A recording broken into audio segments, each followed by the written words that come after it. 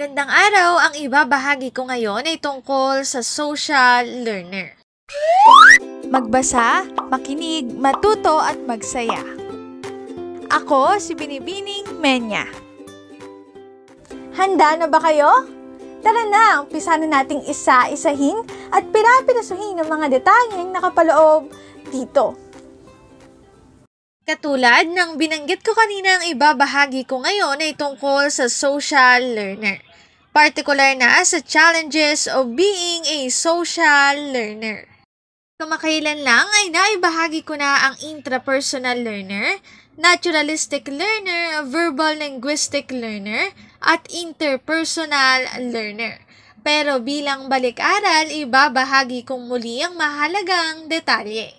Pag sinabi nating intrapersonal learner, ito ang mga individual na magaling mag-control ng emotion.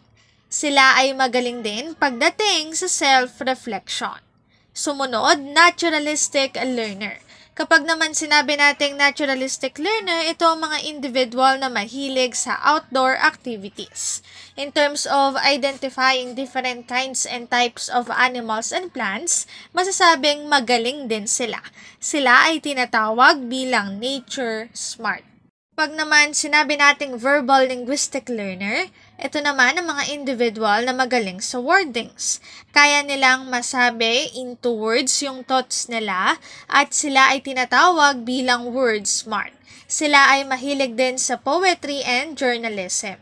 Ang sumunod naman ay interpersonal learner. Ito naman ay tinatawag na people smart. Kung i-describe, sila ay mga individual na magaling makisalamuha at magaling makipag-socialize. Ngayon, dadako na tayo sa challenges of being a social learner. Social learners face some difficulties when they are learning. Una, you might struggle when you have to work alone. Ikalawa, without continuous feedback, you are likely to lose your motivation. Sumunod, you might get behind schedule when you are working on your own.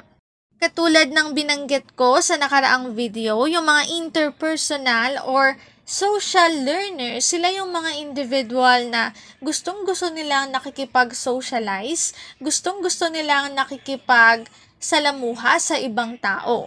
Kung kaya't kapag ka-activity sa individual na o kaya naman wala na silang nakakausap, ang nangyayari ay nalulungkot sila at minsan hindi nila matapos-tapos ang isang gawain.